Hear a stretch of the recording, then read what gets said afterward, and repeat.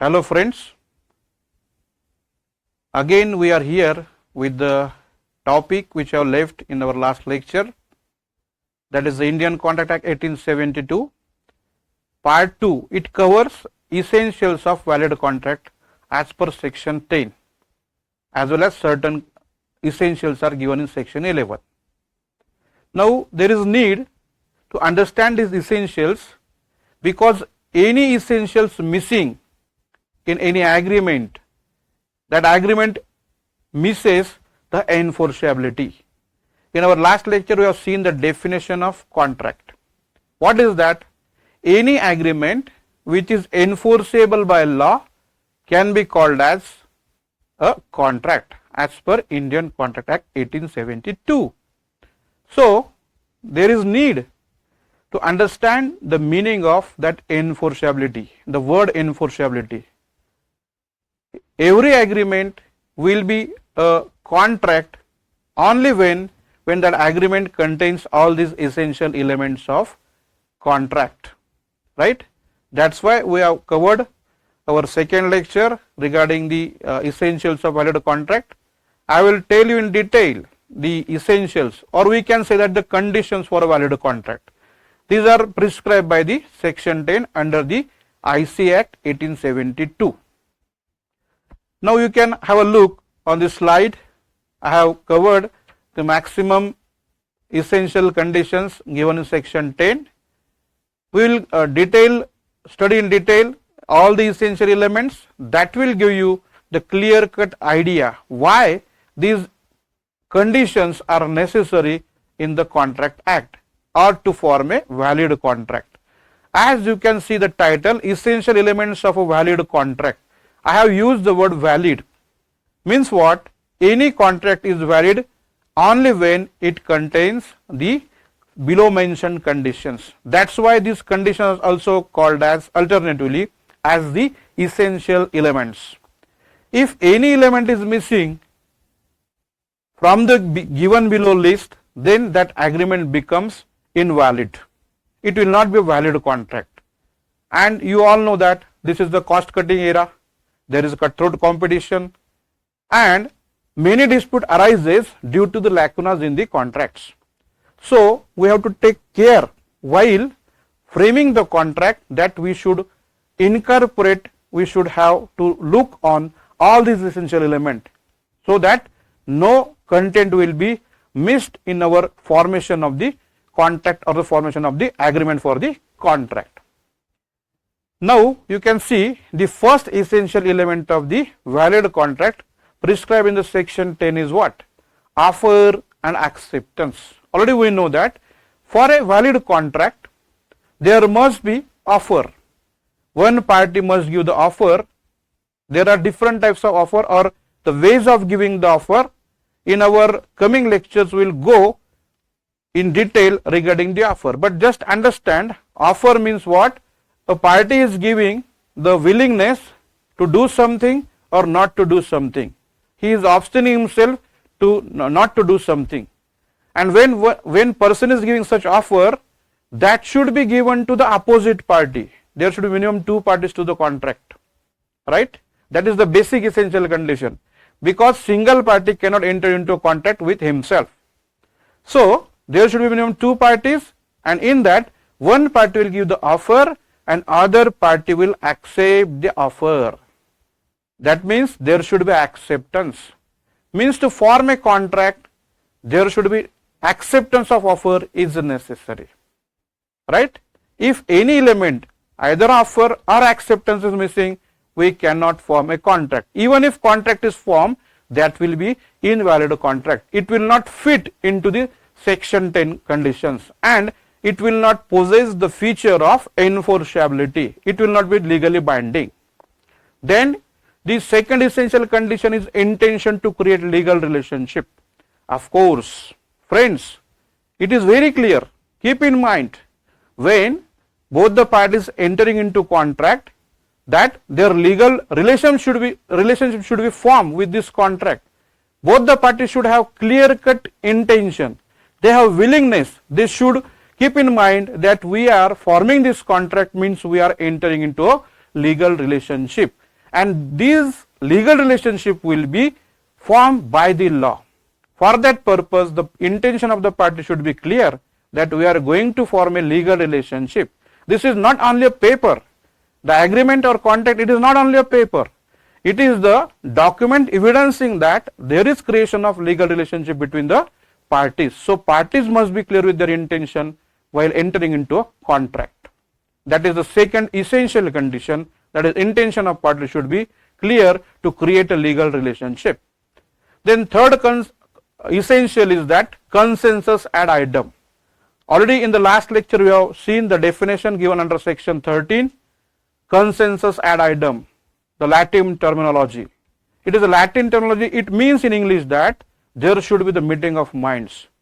When two parties are into the contract, when one party is giving offer, the way in which he is giving offer, the meaning assigned behind it, the expectation assigned behind the offer, in the same way that meaning, that expectation, that conclusion from the offer can be drawn by the recipient party, that is the opponent party. When there is matching of mind, then we can say that there is a consensus ad idem. That means this third condition will be fulfilled, that both the parties' minds are matched, thoughts are matched, and they are ready to enter into contract. If there is a discrepancy, if there is lack of consensus, whatever the agreement we incorporate, that agreement will miss the condition of legal enforceability. Then fourth essential condition is consideration. Now consideration is very important element of the contract. Why? Because if there is no consideration, there will not be a contract. Contract without consideration is invalid, right? Consideration is what? It means the exchange of the offer or promises between the parties. Say for example, if I am agreed to perform any construction of any item or handling of any goods, selling of any goods to other party or any element or asset to other party, in response to that, party will pay me the amount in form of maybe a check through our bills of exchange or in form of cash. Means the construction of building, construction of any element is the consideration received by the opponent party, and in response to that, what I am receiving money from him, that is the consideration for me. Both the parties in the contract get the consideration from each other. That is why the consideration is the essential element of the valid contract. If there is no consideration, there should not be a valid contract. But friends, mind it, keep in mind, there are certain exceptions to this basic rule. No doubt, as per this act, consideration is necessary, but there are certain exceptions where the agreements are valid without consideration also. Say for example, agreement arising out of the love and affection, maybe a father and daughter, maybe a sisters and brother, right? There should be agreement, either of the parties compromising their consideration. We will see into detail the exceptions to this rule of consideration in the next presentations. Then our fifth essential condition for the contract is capacity to contract. Yes, definitely friends. What the term means capacity? The parties entering into contract should be competent. They should be the rational one. They should have the sound mind. They should have the clear-cut understanding of what is good or bad. They are in a state to take the decision what is right and wrong, right? That is why it is necessary the parties entering into contract have the capacity to contract. Means what? If a person entering into contract is minor, he is not in a capacity to enter into contract. Minimum 2 parties should be there, that is the essential condition. Both the parties have capacity to enter into a contract. If either of the parties minor, means we can say that he is not capable of entering into contract. Any agreement or contract with any agreement with minor is void agreement. Then sixth essential condition for a valid contract is free consent. Of course, the parties entering into contract, they should give their consent. That should be free. Means what? it should be free from any coercion, undue influence, right? If you are obtaining consent of the opponent party or any party, either of the other party, if the consent is obtained with the force, by coercion, by fraud, by misrepresentation, then that concept cannot be said as a free concept. For a valid contract, both the parties give their consent, which should be free from these characteristics. That consent is obtained by coercion. जबरदस्ती से आप किसी का consent नहीं ले सकते हो, कोई पार्टी के ऊपर आप दबाव बना के उसका कंसेंट नहीं ले सकते हो. अगर आप लेते भी हो तो उसे फ्री कंसेंट नहीं माना जाएगा, और अगर वो फ्री कंसेंट नहीं रहेगा तो वो वैलिड कॉन्ट्रैक्ट नहीं रहेगा. जो एग्रीमेंट आपका रहेगा वो एनफोर्सेबल बाय लॉ नहीं रहेगा. You can not make that party, you can not drag that party into the court because you have obtained his consent by force or by undue influence. Then next essential element is legality of object. Of course, the Indian Contract Act permits the agreements which are having the object which is legal in nature. Means the object of the contract should be legal. The business which we are going to transact under this agreement should be legal. For example, in simple words, I can say that a business of smuggling cannot be called as, even though it is a business, even though there is a contract, but we cannot say that the object of business is legal, because smuggling is banned. It is banned by the law, right? So legality in the sense is that there should not be harm to any property, there should not be harm to any person, and there should not be breach of any other applicable law or its provision.